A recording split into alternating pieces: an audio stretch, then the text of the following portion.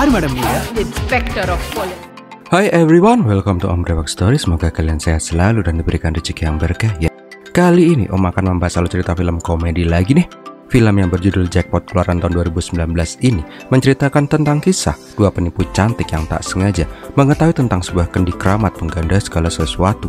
Jelas aja, nih dua penipu koplak cantik langsung gas-gasan untuk mendapatkan kendi ajaib itu. Hal-hal kocak dan koplak pun mereka alami untuk mendapatkan benda itu.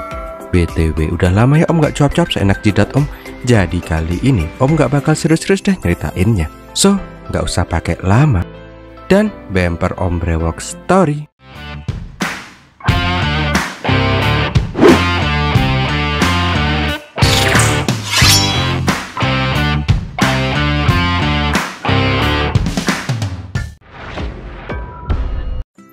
Awal kisah di tahun 1918, di sebuah peternakan emo, ada seorang peternak yang lagi menggali jumbleng, toilet maksud Om. Tetapi pas sudah agak dalam, linggisnya mengenai sesuatu, mak jeduk gitu. Pas dicek, ternyata isinya adalah kendi tembaga zaman Jepun. Karena lumayan dapat kendi baru, peternak itu pun membersihkan tuh kendi dan dijadiin tempat susu nenek sapi. Tetapi tak lama kemudian, hal aneh pun terjadi. Ketika tempat galiannya mak delewer susu yang sangat banyak. Ternyata susu-susu itu berasal dari kendi keramat itu. Peternak itu pun heran dong. Masa ya nggak heran sih? Kok ini susu nggak bisa habis ya? Bahkan pada saat dia mengisi semua gentong miliknya, tuh susu masih aja utuh. Namun pas ditumplakin semua, baru deh tuh susu nggak ngalir lagi. Di sini dia pun sadar bila dia menemukan harta karun pengganda sesuatu. Kemungkinan ini adalah barang Doraemon yang entah gimana bisa nyasar sampai di bumi Vrindavan.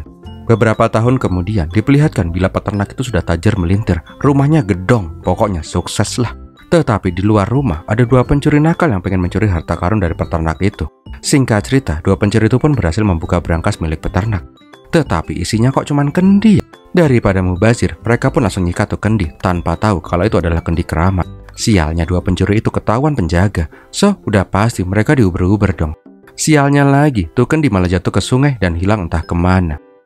100 tahun kemudian, diperlihatkan sebuah stasiun kereta di India Selatan. Diperlihatkan juga seorang cowok yang kelupaan beli tiket. Karena nggak beli tiket, tuh mas-mas yang bernama Rahul didenda 5.000 rupiah. Karena dia lagi buru-buru, dia pun mencoba menyuap petugas tiket dengan 2.000 rupiah. Namun nggak lama kemudian, ada cewek yang sok kenal dengan Rahul. Dia bilang kalau tiketnya Rahul itu lupa nih. Karena hal itulah Rahul bisa bebas. Tetapi nggak semudah itu Ferguso. Duit 2.000 rupiah itu langsung diembat sama mbak-mbak yang bernama Aksyahaya. Alah, Mbak Yaya aja deh. Susah benar namanya. Pinter banget nih Yaya ya. Dia beli tiket seharga 100 rupiah, dapat uang 2.000 rupiah. Di tempat lain diperlihatkan seorang anak kecil yang lagi ngantar telur pakai sepeda. Sialnya dia malah kejengkang dan semua andoknya pecah. Melihat tuh bocil mewek, semua orang pun cuma pada ngeliatin. Tetapi nggak lama, Yaya datang dan memberikan uangnya karena kasihan sama tuh bocil malang. Karena hal itu juga lah, orang-orang di sana pada ngasih uang sama tuh bocil dong. Nggak lama kemudian tuh bocil sampai di sebuah emperan toko. Ini siapa nih mama? Ujuk-ujuk mak betunduk udah nongol di situ lagi. Ternyata tuh bocil merupakan anak buah dari Tante Marsha. Dia sengaja melakukan modus kejengkang biar orang-orang pada iba. Dan bangkainya lagi, Yaya itu ternyata adalah sindikatnya juga buat pancingan. Oh, pantesan. Joget dah. Lemin diain dia.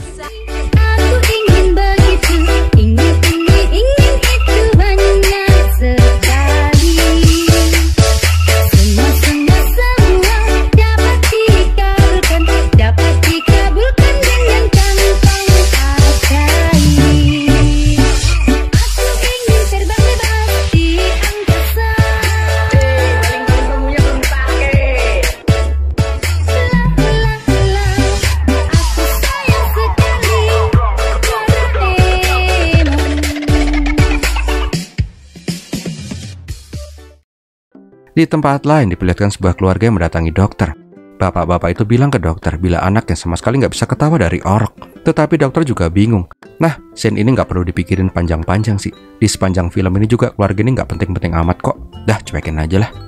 Malam harinya diperlihatkan Rahul yang lagi pengen ngerayain ulang tahunnya bersama sohibnya, si Jagan. Bangkeknya, pas pacarnya Jagan datang, si Rahul malah bilang, "Lah, cewek lu ganti lagi ya sekarang." Emang nih Rahul bangkek banget. Jelas aja pacar barunya si Jagan ngambek dong. Dan Jagan pun ikutan ngamuk. Nggak lama pacarnya Rahul pun datang. Tetapi saat itu Rahul lagi mandi karena mukanya belepotan kuetar.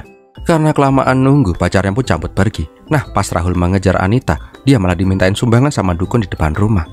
Karena udah cenggur, ngaceng-nganggur, Rahul pun malah marah sama tuh dukun. Karena hal itulah, tuh dukun mengutuk Rahul akan menderita dunia dan akhirat. Nah, pas membuka kado dari Anita, dia pun merasa, kok celana dan bajunya sempit ya? Lah kok jadi buncit itu ya? Gorila, itu gorila.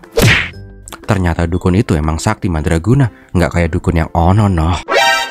Dia beneran mengubah Rahul yang cowok gaul menjadi siluman gorila Vrindavan. Dengan kerukupan selimut, Rahul pun mencari tuh dukun, tetapi hasilnya sia-sia. Karena bingung dan syok, Rahul pun mencoba bobo, siapa tahu itu cuma mimpi. Singkat cerita, di pagi harinya, orang tua Rahul pun datang. Jelas aja melihat mayat gorila di rumahnya, mereka pun langsung memanggil polisi dong. "Ma, bapak, ini aku anakmu loh." Jelas aja orang tuanya Rahul nggak percaya dong. Anaknya imut-imut kok berubah jadi kayak gitu. Karena hal itulah Rahul pun digelandang polisi karena dianggap sebagai pencuri. Di mobil Pak Pol juga nanya, kamu itu kabur dari kebun binatang mana sih? Bikin susah aja." Tetapi pas lagi asik berdebat, tuh polisi malah delenger dan dia pun malah nabrak mobil yang lagi parkir. Jelas saja Rahul langsung cabut dong. Di tempat lainnya lagi di sebuah bengkel, diperlihatkan bila dua penipu cantik itu datang membawa motor curian ke bengkel penadahnya Mota. Ternyata si om-om gundul kinclong ini ngebet banget sama si Marsha. Pokoknya cinta sekonyong-konyong koder dah. Tetapi Marsha yang mata duitan jelas aja nggak nerima bunga buat jatilan. Dia pengennya bunga deposito. Tetapi Mota nggak nyerah begitu aja. Dia pun memberikan kejutan. Surprise! Mak biur. Di tempat lain diperlihatkan sebuah mobil putih milik seorang pengusaha dan anggota DPR kaya yang bernama Manastan. Karena om malas belibet nyebut namanya, kita panggil aja Mas Tantan. Diceritakan juga dia sedang menyuruh anak buahnya mencari musuh bebuyutannya yang bernama Soma Sundaram. Nama-nama orang sana kok panjang banget ya, susah lagi. Tak lama kemudian mobilnya pun diawe-awe sama Yaya. Yaya pun bilang kalau dia lagi butuh tumpangan. Dia juga bilang kalau dia bersama dukun sakti mandraguna yang lagi pengen disewa sama gubernur Tamil. Karena hal itulah Mas Tantan memperbolehkan tuh dua penipu untuk nebeng. Nah, pas di dalam mobil, Marsha berpura-pura tahu kalau musuh Tantan yang bernama Soma Sundaram itu lagi mengincar nyawa Mas Tantan. Karena hal itulah Tantan yang awalnya cuek malah jadi penasaran sama dukun sakti. Karena terus memohon gimana caranya agar bisa mengalahkan som itulah. Akhirnya Marsha memberikan sebuah jimat akar pohon. Dia pun menyuruh semua orang di sana untuk menghirup tuh akar biar mereka bisa kebal peluru. Tetapi setelah menghirup tuh akar, tahu-tahu Mas Tantan dan anak buahnya udah jadi bugil dan semua perhiasannya juga diembat. Bahkan mobilnya juga disikat sama tuh dua penipu. Karena hal itulah mereka semua pun pulang naik bajai dengan cosplay jadi aram-aram, lempar dan lontong. Go green sekali. Karena dikerjain abis-abisan, Tantan pun mewek semewek-meweknya di WC. "Emak, bangke isen aku." Di tempat lain karena udah dapat untung gede, dua penipu ini pun malah asik nonton bioskop. Karena saking girang melihat Rahul kan, mereka pun malah berdiri dan jingkrak-jingkrak. Karena ketutupan, bapak-bapak kumis di belakang meminta Yaya untuk duduk. Tetapi ini cewek barbar langsung ketok kepala tuh Mas Adam Suseno sampai benjut. Bangkainya, tuh bapak-bapak muka kumis ternyata adalah inspektur polisi Modar Rakui. Di tempat lain di penjara wanita diperlihatkan ibu sipir yang lagi menganiaya seorang nenek-nenek. Tak lama diperlihatkan Yaya dan Marsha yang ternyata dijeblosin ke penjara sama Pak Polisi. Melihat ada cewek-cewek yang digaplokin, Yaya pun gak tinggal diam. Dia pun langsung ngajak duel one by one sama tuh tante sipir penjara.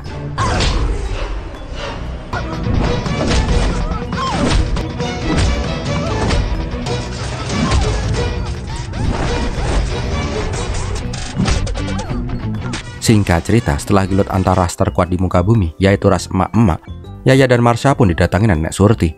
Dia pun berterima kasih karena dah menyelamatkan dirinya dari penindasan. Kenapa tuh nenek-nenek bangkotan bisa dimasukin ke penjara dan disiksa? Akhirnya nenek Surti pun menceritakan kisahnya. Beberapa bulan yang lalu dia menemukan sebuah kendi di sungai. Karena miskin dia pun membawa tuh kendi pulang. Di pasar nenek Surti yang jualan serabi merasa heran karena serabi lempitnya nggak habis-habis. Karena penasaran dia pun mencoba memasukkan uang. Dan bener aja, tuh uang langsung berlipat ganda, gak perlu pakai pesugihan dukun-dukunan segala. Karena hal itulah, nenek Surti memendam tuh kendi di tanah milik salah satu tuan tanah di desanya, biar gak direbut orang lain. Setelah itu, dia pun langsung menyetorkan uang hasil pesugihan kendi ajaib itu ke bank. Tetapi sialnya, nomor seri itu uang semuanya sama. Jelas aja, karena hal itulah nenek Surti dituduh sebagai pengedar uang palsu dan dipenjara deh. Nah, melihat kebaikan kedua penolongnya ini, nenek Surti pun memberitahu lokasi tempat kendi keramat itu. Karena dia merasa sudah tua dan sebentar lagi mau registrasi dengan malaikat maut, nenek Surti pun meminta dua orang penipu cantik ini untuk mengambil tuh kendi dan meminta mereka untuk menolong orang-orang miskin seperti dirinya agar nggak miskin lagi. Nah, ibarat kata nih ya, kucing dikasihkan salmon. Jelas lah, nih dua penipu langsung semangat. Setelah bebas, nih dua penipu cantik langsung datang ke tempat lokasi kendi itu dikubur. Mereka pun berpura-pura menjadi dokter hewan dan pengen memeriksa sapi kesayangan yang punya rumah. Di sini Jono jelas saja menyuruh dua dokter gadungan itu untuk minggat kalau masih sayang nyawa, karena sapi di rumah itu cuma satu, tapi itu sapi binal banget. Ganas banget maksud om. Lihat aja tanduknya udah pink gitu kayak iblis cute. Tetapi namanya orang tamakan ya, mereka pun gak gentar walaupun harus berhadapan dengan sapi iblis. Bawa pacul sama linggis dulu buat senjata. Bangkainya pas mau menggali kandang sapi pink, pemilik rumah malah datang. Dan tahu gak siapa yang punya tuh rumah? Si Tantan dong. Karena gak mau ketahuan sama si Tantan sebagai dukun penipu yang kemarin, nih dua koplak malah langsung pasang muka stroke sama Ayan yang belum mateng. Bangkainya, bisa-bisanya si Tantan gak menyadari tuh dua dokter muka pengkor adalah orang yang menelanjangi dirinya kemarin. Malah anak buahnya yang menyadari kalau tuh dua dokter adalah penipu. Jelas aja semua anak buahnya Tantan langsung pengen nangkep nih dua cewek dong. Tapi namanya film India kan ya, kalau nggak gelut nggak ngotak ya nggak seru. So gelut sih. Intinya si Yaya langsung membegal mobil si Tantan, sedangkan si Marsha kaplokin cowok-cowok di sana. Alhasil bukannya menangkap dua penipu, Tantan malah harus kehilangan satu lagi mobil yang digondol sama nih dua koplak. Tak lama kemudian Yaya sampai ke bengkelnya si Mota, tetapi si Marsha nggak kelihatan. Karena belahan hatinya nggak kelihatan, Mota pun gundah gulana. Nah di sini Yaya bilang kalau Marsha lagi sedih, dia pengen hadiah ulang tahun seekor sapi imut di rumah Mas Tantan. Namanya bucin level dewa kan ya. Mota langsung berjanji akan memberikan apapun yang diinginkan oleh Marsha. Malam harinya Mota pun berubah jadi Rembo Vrindavan. Dengan senapan bius, dia pun pengen mencuri si Pinky. Tak lama kemudian di tengah kebun ada mobil truk yang klap-klip kayak odong-odong di Alkit. Ternyata itu adalah Mota yang membawakan hadiah untuk si Marsha tercinta. Ketika tuh box truk dibuka, nih dua koplak langsung kaget. Karena Mota nggak cuma membawa si Pinky, melainkan sepaket sama si Tantan yang ikutan ngelempus di sana. Karena hal itulah Marsha berpura-pura nggak suka sama hadiahnya dan kabur dari sana. Padahal itu cuma alasan si Marsha aja biar mereka berdua bisa menggali kandang si Pinky. Tetapi bangkainya pas sampai di bolongan rumah Tantan, tuh kandang malah lagi rame banget karena Pinky hilang sepaket sama si Tantannya. Tetapi nggak lama kemudian ada mas-mas yang ngibrit karena si Pinky ternyata pulang sendiri membawa si Tantan yang masih bobo. Bangkai malah mencelat. Karena dua rencana mereka tuh gagal total, dua koplak pun merencanakan sebuah rencana lagi. Intinya nih dua emak-emak menelpon si Tantan. Mereka pun mengancam akan menyebarkan foto bugil Tantan ke publik biar Tantan kalah pemilu besok. Mereka meminta tebusan 2.000 rupiah. Kok murah ya? Ternyata 2.000 rupiah setiap detik. Intinya nih dua koplak meminta Tantan membawa tebusannya ke kota sebelah biar si Tantan dan anak buahnya bisa minggat dari sana. Nah karena Tantan ini tajir tapi oon, dia pun percaya-percaya aja. Dia pun langsung membawa uang sekoper dan pergi ke tempat yang dikasih tahu sama si dua koplak. Setelah Tantan pergi, tiba-tiba ada mobil polisi yang datang ke sana. Bangkainya, mereka malah nyamar jadi polisi dong. Mereka pun berpura-pura mencari pencuri yang diduga bersembunyi di rumah itu. Sialnya, walaupun udah sok galak, tiba-tiba mereka langsung kicep pas masuk rumah si Tantan. Gimana nggak kicep? Pas ngeliat ada polwan beneran yang lagi ngasuh di sana. Lah kok mukanya mirip Tantan ya? Bangkainya, polwan berotot itu adalah adik kembar dari si Tantan yang bernama Alah Titi aja lah, susah amat. Karena udah kegap sama si polwan rasa gorila, mereka pun berpura-pura kalau si Yaya itu adalah pasien RSC yang pengen banget jadi polwan. Makanya si Marsha yang seorang perawat pengen mewujudkan impian si Yaya. Untungnya si Titi ini percaya-percaya aja lagi. Kakak adik sama aja oonnya. Sedangkan di tempat lain, si Tantan sampai di tempat yang dijanjikan. Di sana mereka juga sempat bertanya jalan sama si Mota. Singkat cerita, mereka pun nyari lokasi yang diputar-puterin sama papan penunjuk jalan. Tak lama mereka pun menemukan sebuah batu yang bertulisan prank. Bangkainya lagi, mobil mereka pun udah disikat sama si Mota. Karena udah ketiga kalinya Tantan kehilangan mobil, dia pun pengen laporan ke polisi. Tetapi pas sampai di kantor polisi, malah ada orang yang lagi digebukin sama si Titi. Kampretnya, yang digebukin itu bukan penjahat cok, melainkan korban yang kehilangan sepeda. Ini gimana sih ya konsepnya? Orang laporan kehilangan malah digebukin. Kok kayak familiar ya? Kayak di negara mana gitu ya? Duh, kok om tiba-tiba amnesia? Dahlah. Intinya melihat adiknya gaplokin orang yang kehilangan sepeda, Tantan pun langsung ciut. Hilang sepeda jadi gaplokin kayak gitu, apalagi hilang 3 mobil, bisa digantung gua. Tetapi pas mau meninggalkan kantor polisi, tiba-tiba Tantan ditelepon sama mafia kenalannya. Bai mengatakan kalau dia melihat mobil Tantan di bengkelnya si Mota. Nggak pakai lama, Tantan datang ke bengkelnya Om Botak. Baru kali ini Om lihat makan pizza dicelupin ke kopi ya. Tetapi pas mau ngambil mobilnya, tiba-tiba mobilnya malah ketibanan plat besi sampai ringsek. Karena kesal, Mota pun digebukin dan disuruh ngaku siapa yang mencuri mobilnya. Nggak pakai babi bu, dua penipu itu pun diculik dan disandra di gudang milik Bai. Tetapi bangkeknya, pas bangun dari bubuk manis sambil berdiri itu, nih dua kucluk malah minta makan. Sama kopi sekalian. Di sini Tantan menanyakan kenapa nih dua cewek selalu usil sama dirinya. Setelah diinterogasi yang gak berfaedah yang cukup lama, nih dua cewek bilang kalau petunjuknya ada di video pernikahan Tantan dulu. Karena penasaran, Tantan dan anak buahnya pun mengecek video rekaman pernikahannya dulu. Tetapi pas dicepetin, dilambatin, dibolak-balik, Tantan gak nemu ada yang salah dari video itu. Ternyata itu cuma akal-akalan dua cewek aja untuk mengalihkan perhatian. Pas gudang udah sedikit sepi, Yaya bilang kalau dia pengen sholat. Bayang seorang muslim jelas saja terenyuh dan membukakan ikatannya si Yaya untuk sholat sebentar. Iki sholat model apa toh ya mbak? Dan tahu-tahu si Yaya langsung membuat pencelat-pencelat anak buah dari si Bai.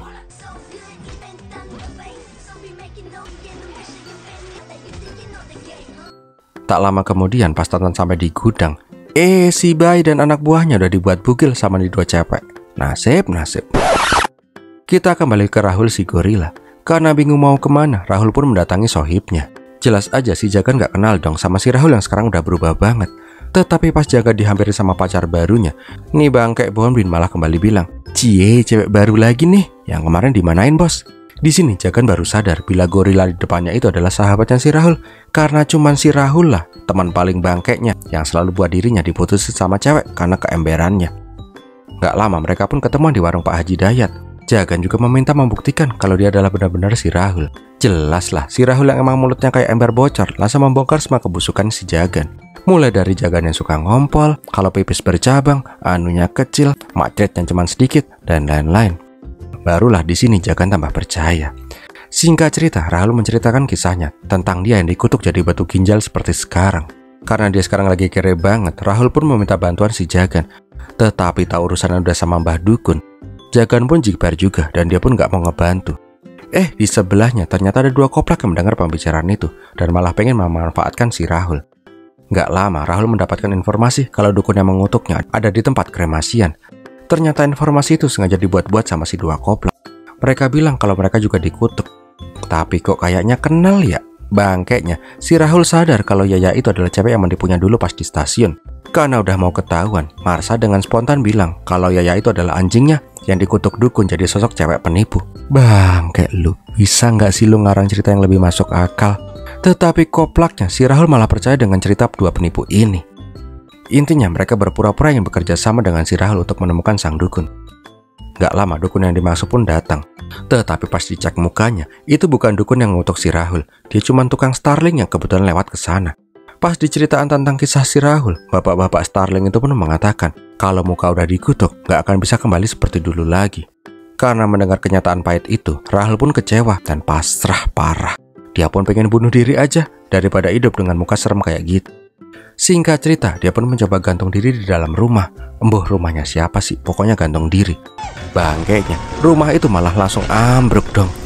Emang sial nih orang ya. Gak lama Rahul pun diajak ke rumah dua penipu. Di sini para cibi-cibi bilang kalau Rahul gak perlu risau. Saat ini muka demak kayak gitu bisa didempul dengan operasi plastik. Rahul bahkan bisa lebih ganteng daripada opa-opa Korea. Akan tetapi biaya operasi di Korea itu mahal banget.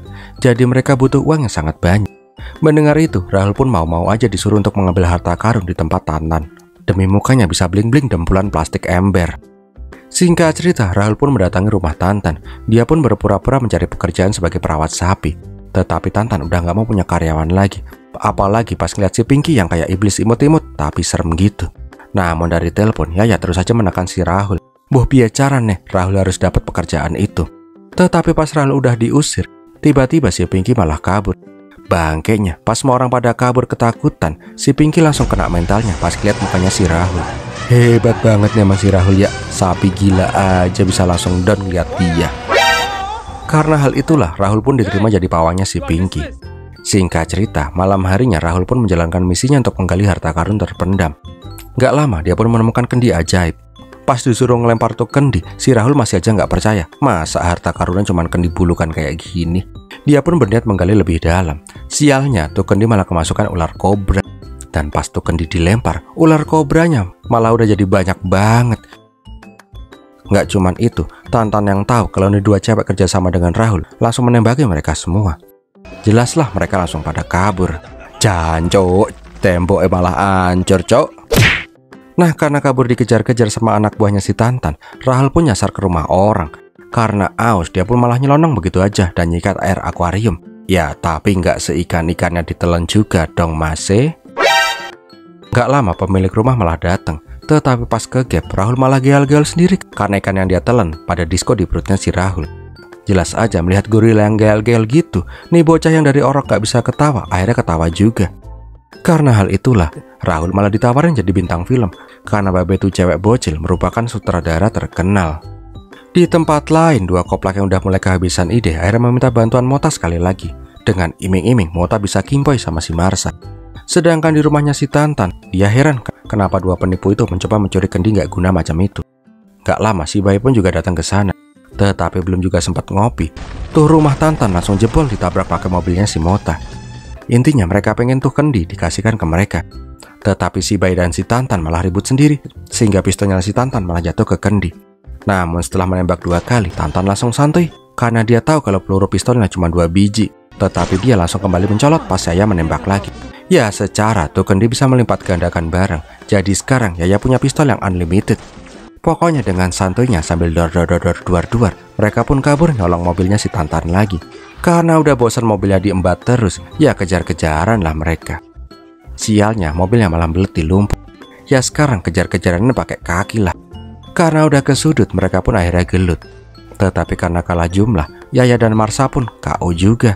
Namun pas udah mau menyerah, Yaya mendapatkan bisikan goib tentang kesulitannya selama ini dalam hidup.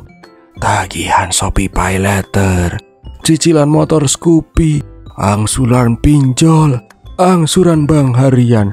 Bangun do, utangmu isih akeh. Karena hal itulah mereka berdua pun kembali bangkit. Singkat cerita, mereka pun berhasil mengalahkan semua anak buah Tantan karena teriang-yang utang.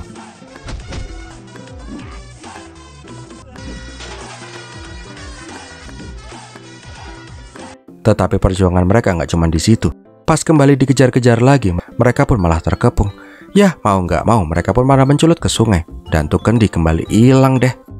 Tak lama di emperan sungai, Marsha dan Yaya pun berpikir kalau selama ini hidup mereka tuh nggak berkah karena nipu mulu. Akhirnya mereka pun memutuskan untuk menjadi orang baik dan akan membantu sesama. Tetapi apalah daya, mereka itu kere parah. Tetapi tiba-tiba si Yaya mengeluarkan kendi ajaib yang nyangkut di kakinya. Walah jebule. Dan filmnya pun berakhir.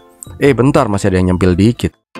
Beberapa tahun kemudian, Yaya, Marsha dan Nenek Surti membuat perusahaan sosial. Mereka membantu orang-orang miskin yang butuh modal untuk usaha. Bahkan cabang perusahaannya pun sampai di seluruh India. Untuk Rahul, sekarang dia udah jadi bintang film terkenal. Pokoknya tajir melintir, cok. Nah, untuk si Mota, diperlihatkan dia ketangkap polisi. Sialnya pas disuruh buka baju sama si Titi, Mbak Titi malah langsung nepsong melihat kegagahan body Om Botak. Dan mereka berdua pun saling naksir. Dan satu lagi plot twist nih, diceritakan di tahun 99 ada bapak-bapak yang lagi udut menantang dukun muda untuk membacakan mantra kepadanya. Dan tahu nggak, ternyata tuh dukun muda malah merubah tuh bapak-bapak jadi si Pinky. Oh alah, jebule Pinky itu adalah bapak-bapak komplek yang lagi gabut toh. Tamat deh. Wow, gimana film ini sob? Semoga menghibur ya. Gitu aja dulu deh, Om Brebox pamit. Terima kasih sudah menonton dan subscribe yang belum subscribe. Dan Pirmi latihin.